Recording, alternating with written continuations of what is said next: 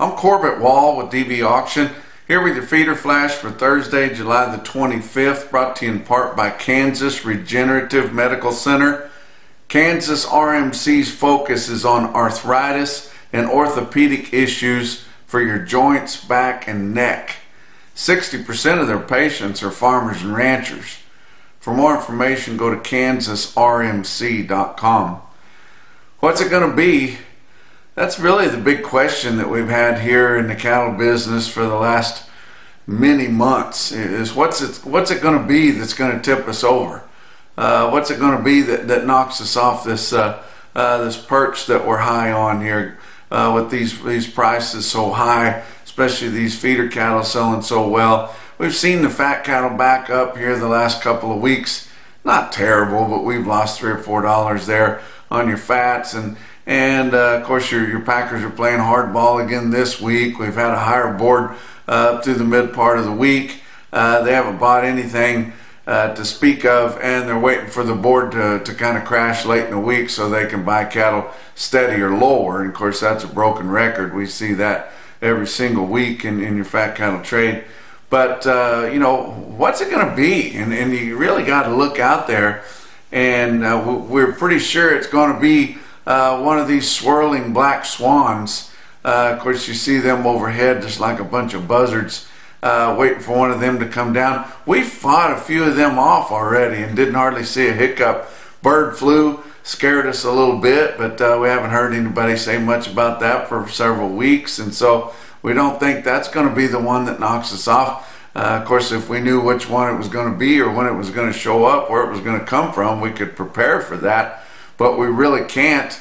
Maybe the election, I don't know. I mean, I think we're in bad trouble if the Democrats win, and you know, and you guys that are using that brain dead theology that well, cattle were at all-time highs whenever Biden was in there. That has absolutely nothing to do with politics, is our cattle prices. We're in about a 10-year cycle. It used to be 7 or 8 years. Now it's a 10-year cycle whenever our numbers get really short. We got the lowest numbers of cattle since 73 years. It was time for cattle to be higher. Had absolutely nothing to do with Democrats. If Trump would have won last time, we would have had cattle probably just about as high, and your inputs would have been at least 25% cheaper.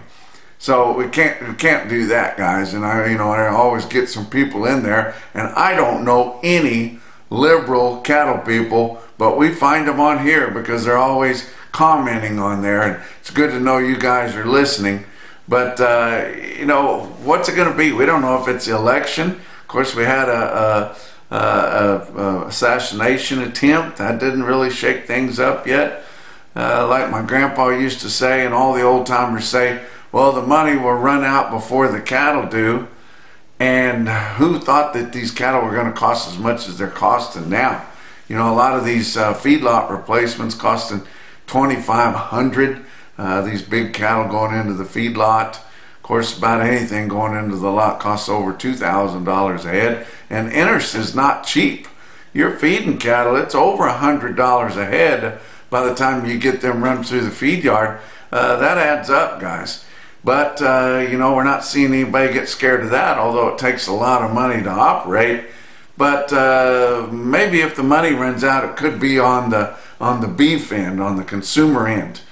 And we know that we're getting closer and closer to that, and that is our big fear, is to outprice our product to the point where regular people can't afford to enjoy beef on a regular basis, and I think we may be getting closer to that. But you know, box beef cutout values have been struggling to get any higher. So if it's your price at the end level there, at your retail level, well then it's like it usually is. It's middle people in there taking up all the slack, or making more than they really ought to in a regular type system there. But this beef is getting really expensive.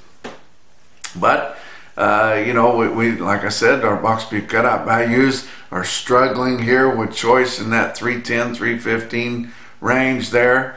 And a lot of the reason that it's been holding together as well as it is because of the trim. This week your fresh 50s have been a lot higher. That is your fat trim, and there's a lot of fat trim to go around, especially when we're taking these cattle to 16, 17, 1800 pounds. There's a lot of it there, but we're importing a lot of that rangy product from Brazil and places like that doesn't have any fat in it, so they're dumping that fat trim into that imported beef and making it more palatable. But they're importing a ton of it. We've been importing a lot more cattle from Mexico the last year or so, because where they import cattle from Mexico in your northern states, mainly Chihuahua, they've been going through one of the worst droughts that they've had in history. And so they got to get those cattle out of there. There's nowhere for them to go there. And so a lot more of those coming over. Hasn't hurt the market. And like I said, we're taking these cattle to these huge weights. Hasn't hurt the market. You know, what if we were still taking cattle to 12 or 1300 pounds? What would they be bringing a pound? But, you know, we're more than willing to help the packers out of this tight spot that they got on light numbers, because they've taken all the discounts off of those big heavy carcasses, and some packers have even put in premiums on big carcasses, just holding that carrot out there for cattle feeders to make them bigger. And of course, as high as the feedlot replacements are, it's easier to put more pounds on them and make them bigger than it is to replace them. So we've done that, but hasn't hurt the market. You know, these cattle have been gaining their fool heads off, both in the feedlot and turned out recently, in the last 6-8 months, a year. I mean, we've just seen record gains on these cattle. The weather's been about right. Conditions have been really good.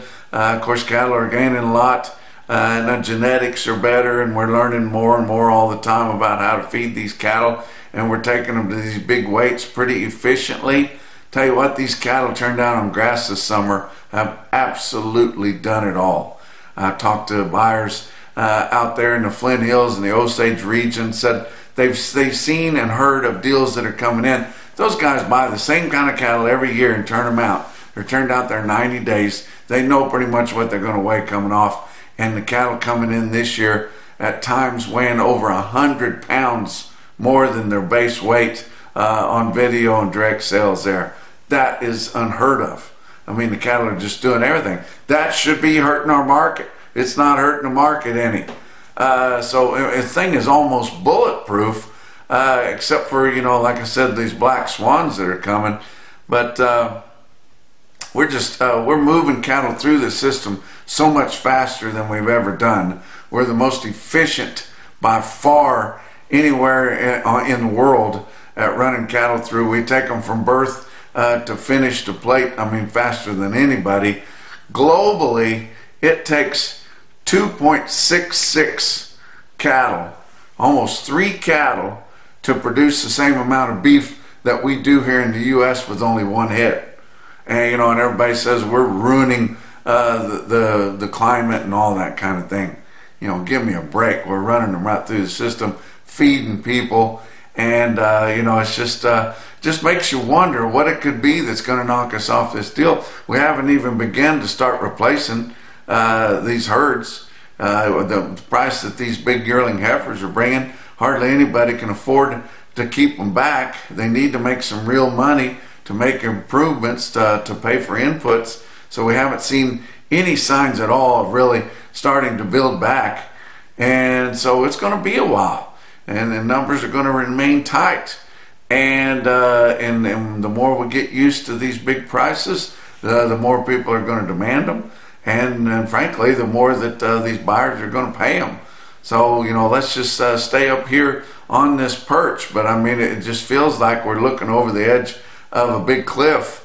And of course, we know whenever we start down, we're going to fall a hell of a lot faster than we got up here. But you know, it's just it's going to have to be some kind of a black swan. And it seems like your ag media and maybe some of the big powers that be keep throwing these curveballs out there all the time. But so far here, for this last big rally, we haven't seen any of them. Keep sending in your punchy picks, guys. We've gotten a bunch of punchy picks this month. Here in just a few days, we're going to be picking the top punchy pick for the month. And of course, the best one gets the grand prize, which is a big box, huge box sent to your place, and just full of all kinds of swag from Beaver Feed Company, Beaver County Stockyards, Feeder Flash, National Beef Wire. Of course, the best part of that grand prize is the whole case of Ferropiece, the revolutionary product that's scientifically proven. I tell you what, you guys got to try it. Try to remember to attach an informational video about Ferropiece at the end of this episode of the Feeder Flash. Let's talk about your board on Wednesday. August live cattle up 60 cents at 186.90. October was up 15, still gaining 3 days in a row. It's almost unheard of. October up 15 at 186.27. Back months on live cattle were down though, 12 cents to down as much as $1.07, but that was way out there, guys. August feeder cattle were down after being up big on Tuesday, but they were down not as much on Wednesday. But August feeder cattle down $1.62 at 257.12. September down $1.90 at 256.70. Your back months were all down big too, from 165 to down 205, and that's just traders jostling that thing back and forth. December corn up 3/4 cent a bushel at 4.18. Soybeans are down 11.5 cents a bushel at the settlement on Wednesday at 10.64. September hard red winter wheat up 3/4 cent at 5.67.5. Fat cattle trade on a direct basis has really not been seen at all. We've seen a few deals here and there. For some reason, Weak Sisters taking a pretty big swath of cattle in Kansas, brought 187 earlier this week when 188 would have been steady. But we haven't seen anybody else drop there, so we're thinking we can still surely hold steady. We didn't see anything out of Iowa. Nebraska sold about 650 head of fat cattle on a direct basis, negotiated on Wednesday at 308. That would be a couple bucks off, but I don't think it's going to set the market. I think it's going to have to be steady or better money to buy most of the cattle. Did see a few cattle in Kansas bring 188 on Wednesday after they'd puked those cattle at 187 the day before. Texas hadn't traded a hoof. Did see some fat cattle auctions up in the northern plains and the Midwest. Sioux Falls Regional Livestock in Worthing, South Dakota. DVAuction broadcaster there. You can watch all their sales at DVAuction.com. Worthing, South Dakota, they had about 750 head for the slaughter cattle auction. On the fat cattle, conventional steers and heifers brought from 196 to 199.50, which was steady to $3 higher than last week. Your program cattle, drug-free or non-implanted, sold from 197.5 to 202. I did see Lanesboro, Minnesota. They had fat cattle on Wednesday, and the top fat cattle there bringing up to $2 a pound on pretty nice bunches there too. So your fat cattle in your auction selling really well, like they have been right through this rally. Box beef cutout values were lower again, but not too much on choice, but select quite a bit. Choice cuts on Wednesday afternoon were down 53 cents at 312.68. Selects were down 270 at 293.96. Slaughter catching back up. Well, Monday was disappointing, but we've been catching back up through the first 3 days of this week. 360,000 estimated slaughter on cattle. That was exactly the same as the previous week, and 12,000 less than the same week a year ago. Maybe we'll hit that 600,000 this week. Talk about what else is going on. Gelbvieh balancer cattle, they perform.